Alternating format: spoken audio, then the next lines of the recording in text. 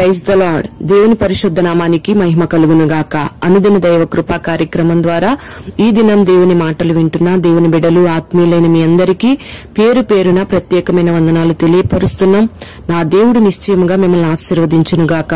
దినవృత్తాంతాల మొదటి గ్రంథం 16వ అధ్యాయం 34వ వాక్యంలో యెహోవా దయాళుడు, ఆయన కృప నిరంతరముండును అని ఈ వాక్య భాగంలో రాయబడి ఉంది. మరి మన దేవుడు దయగలిగిన దేవుడు. ఆయన పేరే దయాళుడు. మనుష్యులు ఎవరైనా కొంచెం మన ఎడల దయ చూపిస్తే వారి దయను బట్టి మనం ఎంతగానో సంబరపడిపోతా ఉంటాం. కానీ వారి దయ కొద్ది కాలం మాత్రమే ఉంటుంది. కానీ దేవుడే మన జీవితంలో మన ఎడల దయ చూపిస్తే ఆయన దయ ఆయుష్కాలం అంతా కూడా నిలిచి ఉంటుంది. ఆయన మన ఎడల దయ చూపిస్తే మన పాపాలన్నీ కూడా క్షమించబడతాయి. ఆయన మన ఎడల దయ చూపితే మన రోగాలన్నీ కుదర్చబడతాయి.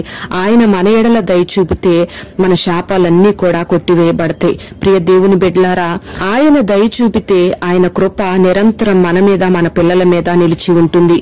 మరి మనం ఇబ్బందుల్లో ఉన్నప్పుడు, బలహీనతల్లో ఉన్నప్పుడు, కృంగిన పరిస్థితుల్లో ఉన్నప్పుడు, నష్ట సమయంలో ఉన్నప్పుడు మనుషులందరూ ఏమంటారంటే మన మీద దయ చూపకపోగా వీళ్ళు ఏం పాపం చేశారో, ఇలా జరగాల్సిందే అని మన మీద పగ తీర్చుకోవాలని చూస్తారు. ప్రియ దేవుని బిడ్డలారా, మరి మన యేసయ్య ఎంతటి దయగలిగిన వాడంటే పాపంలో పట్టబడిన ఒక స్త్రీని ధర్మశాస్త్రం ప్రకారం రాళ్లతో కొట్టి చంపాలి అని ఆనాడు ప్రజలందరూ కూడా ఆమెను యేసయ్య దగ్గరకు తీసుకుని వచ్చినప్పుడు యేసయ్య ఆమెను శిక్షించకుండా వాళ్ల నోళ్లు మూయించేటట్లుగా మీలో పాపం లేనివాడు మొదట ఈమె మీద రాయి వేయండి అని చెప్పినప్పుడు వాళ్ళందరూ కూడా ఆమెను శిక్షించకుండా వెళ్లిపోయారు.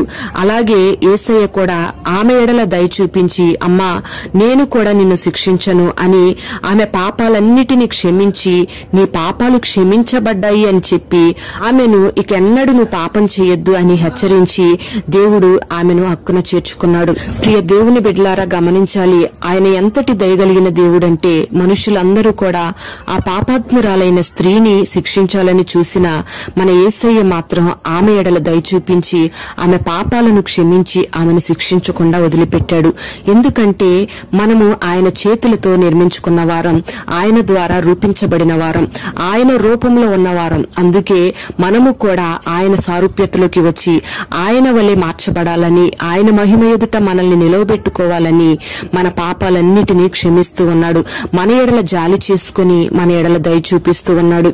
పాపములోనే జీవించాలని, పాపంలోనే మరణించాలని, పాపం ద్వారా వచ్చే శిక్షను అనుభవించాలని ఆయన కోరుకునే దేవుడు కాదు. అందుకే ఈ దినాన నీ ఎడల జాలి చేసుకుని నిన్ను కనికరించబోతున్నాడు, నీ ఎడల కృప చూపబోతున్నాడు. ప్రియ దేవుని బిడ్డలారా, మరి ఈ దినాన ఎటువంటి బలహీనతల మధ్యలో ఉన్నా, మనుషులందరి చేత నువ్వు తృణీకరించబడుతూ ఉన్నా, మనుషులందరి ద్వారా నువ్వు అపహసించబడుతూ ఉన్నా, నీకు కలిగిన బలహీనతలను బట్టి అందరూ నిన్ను హేళన చేస్తూ నిన్ను శిక్షించాలని చూస్తూ ఉన్నా, నా దేవుడు నీ ఎడల జాలి చేసుకుని నీ ఎడల దయ చూపించి నీ శిక్షను కొట్టివేసి నీకు కలిగిన ఆ బలహీనతలోంచి, ఆ పాప సంబంధమైన అనుభవాల్లోంచి, ఆ రోగపు పరిస్థితుల్లోంచి, ఆ రోగ బలహీనతల్లోంచి, ఆ అపాయపు పరిస్థితుల్లోంచి, ఆర్థికమైన ఇబ్బందుల్లోంచి, నీ కుటుంబంలో ఉన్న అసమాధాన పరిస్థితుల్లోంచి ఆయన నిన్ను లేవనెత్తాలని కోరుకుంటున్నాడు. మరి దయగలిగిన దేవుని వద్దకు నువ్వు రాగలిగితే ఈ దినాన ఆయన నీ ఎడల దయ చూపించి నీ బలహీనతలన్నిటినీ కొట్టివేసి నిన్ను ఆశీర్వదించబోతున్నాడు. ఆయన కృప నీ మీద, నీ పిల్లల మీద తరతరాలు ఉండేటట్లుగా నీ ఎడల దయ చూపించబోతున్నాడు. నీకు కలిగిన ప్రతి పాపాన్ని, శాపాన్ని, రోగాన్ని, బలహీనతలన్నిటినీ ఈ దినాన కొట్టివేయబోతున్నాడు. మరి అట్టి కృప ఈ దినాన దేవుడు నీకు దయచేయునుగాక. ప్రార్థన.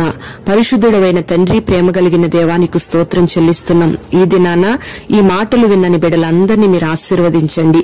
దయగలిగిన దేవునిగా మా కొరకు దిగి వచ్చిన గొప్ప దేవుడవు. మా పాపాలన్నిటినీ క్షమించుటకు సమర్థుడవు. మా రోగాలన్నిటినీ భరించుటకు శక్తి కలిగిన దేవుడవు. మా శాపాలన్నీ కొట్టివేయుటకు సమర్థుడవు. ప్రభువా, ఈ మాటలు విన్నని బిడ్డల జీవితాల్లో ఏ బలహీనతలను బట్టి, ఏ పాప సంబంధమైన అనుభవాలను బట్టి, ఏ రోగాలను బట్టి, ఏ అప్పుల సమస్యలను బట్టి నీ బిడ్డలు కృంగిపోతూ ప్రజల మధ్యలో అపహసించబడుతూ, నిందించబడుతూ, హేళన చేయబడుతూ ఉన్నారు. నీ బిడ్డలందరినీ ఒక్కసారి మీరు జ్ఞాపకం చేసుకుని కలిగిన ఆ బలహీనతలోంచి మీరు లేవనెత్తి నీ బిడ్డలందరినీ మీరు క్షమించి హిమ ఎదుట నిలబడుటకు శక్తి కలిగిన వారిగా మీరు మార్చండి. మీరు దయ చూపించి నీ బిడ్డలను క్షమించి ఆశీర్వదించి నీ కృపను కుటుంబాలకు, నీ బిడ్డల తరతరాలకు నిరంతరము మీరు అనుగ్రహించి మహిమ మీరు పొందుకుని నీ బిడ్డలను ఆశీర్వదించమని యేసు నామములో అడుగుచున్నాము తండ్రి. ఆమేన్.